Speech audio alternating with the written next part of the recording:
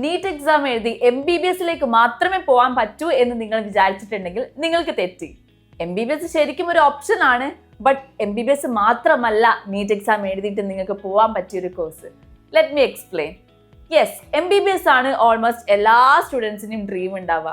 Popular opinion, കൂടുതൽ ആൾക്കാരും NEET exam എഴുതുന്നത് MBBS ഓപ്റ്റ് ചെയ്യാൻ വേണ്ടിയിട്ട് തന്നെയാണ്. പക്ഷേ MBBS അല്ലാതെ വേറെയും കുറേ മെഡിക്കൽ പ്രൊഫഷനിലേക്ക് പോകാനുള്ള ഒരു നീറ്റ് സ്കോർ അല്ലെങ്കിൽ നീറ്റ് സ്കോർ കിട്ടണമെങ്കിൽ നിങ്ങൾ നീറ്റ് എക്സാം എന്തായാലും എഴുതണം.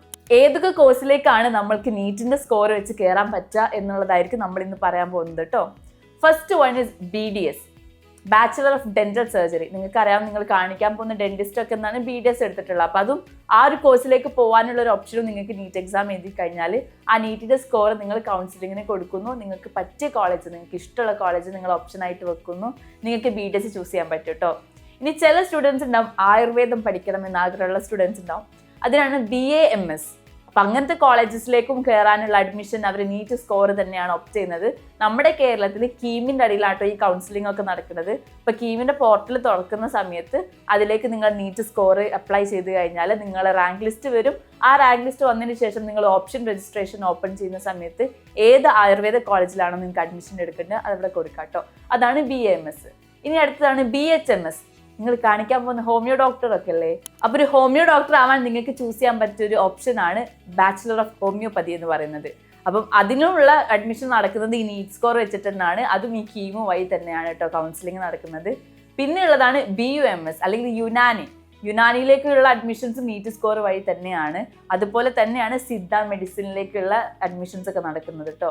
പിന്നെ കുറച്ചും കൂടെ വെറൈറ്റി ആയിട്ട് നിങ്ങൾക്ക് പെറ്റ്സിനോടൊക്കെ താല്പര്യമുള്ള ആൾക്കാരാണെങ്കിൽ നിങ്ങൾക്ക് veterinary science and animal husbandry എന്ന് പറഞ്ഞ കോഴ്സും ചൂസ് ചെയ്യാം.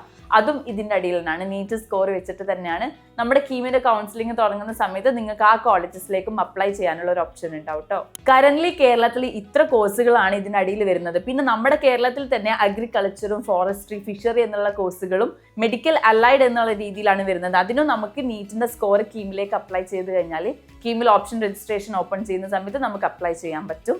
പിന്നെ അതിൽ എടുത്തു പറയാനുള്ളത് ചില സ്റ്റേറ്റ്സിൽ നഴ്സിംഗ് ഒക്കെ നടക്കുന്നത് ഇപ്പോൾ നീറ്റ് സ്കോർ ബേസ്ഡ് ആയിട്ട് നഴ്സിംഗ് BSc നഴ്സിംഗിന് അഡ്മിഷൻ നടക്കുന്നത് നീറ്റ് സ്കോർ ബേസ്ഡിലാണ്. പക്ഷേ കേരളത്തിൽ ഇതുവരെ അതായിട്ടില്ല. ഇനി പുതിയ അപ്ഡേറ്റ്സ് വരുമെന്നും നമുക്കറിയില്ല. ഇപ്പോൾ LBS വഴി തന്നെയാണ് BSc നഴ്സിംഗിനും പാരാമെഡിക്കൽ കോഴ്സസിനും ഒക്കെ നമ്മൾ അഡ്മിഷൻസ് കൊടുക്കുന്നത് കേട്ടോ. പിന്നെ പുതിയ അപ്ഡേറ്റ്സ് ഒക്കെ അറിയാൻ വേണ്ടിയിട്ട് എജുപോർട്ടിനെ സബ്സ്ക്രൈബ് ചെയ്യുക. പിന്നെ ഏത് കോഴ്സും ആവട്ടെ, നിങ്ങൾക്ക് ഇഷ്ടമുള്ള course medical, MBBS, BDS, BMS, BMS ഏതും ആവട്ടെ, പക്ഷെ നിങ്ങൾ ഒരു ടോപ്പ് മെഡിക്കൽ കോളേജിൽ ഏതാണ് ആ കോഴ്സ് ഏത് കോളേജിലാണോ ടോപ്പായിട്ട് കൊടുക്കുന്നത് അവിടെ പോയി പഠിക്കാൻ വേണ്ടി ഡ്രീം ചെയ്യുക, ശ്രമിക്കുക, അതിനുവേണ്ടി വർക്ക് ചെയ്തിട്ട് അവിടെ പോയി പഠിക്കുക. അപ്പം നിങ്ങൾക്ക് അവിടെയുള്ള ഡോക്ടേഴ്സായിട്ടും ബാക്കിയുള്ള ആൾക്കാരൊക്കെ ആയിട്ട് നിങ്ങൾക്ക് നല്ലൊരു നെറ്റ്വർക്ക് ഉണ്ടാക്കാൻ പറ്റും.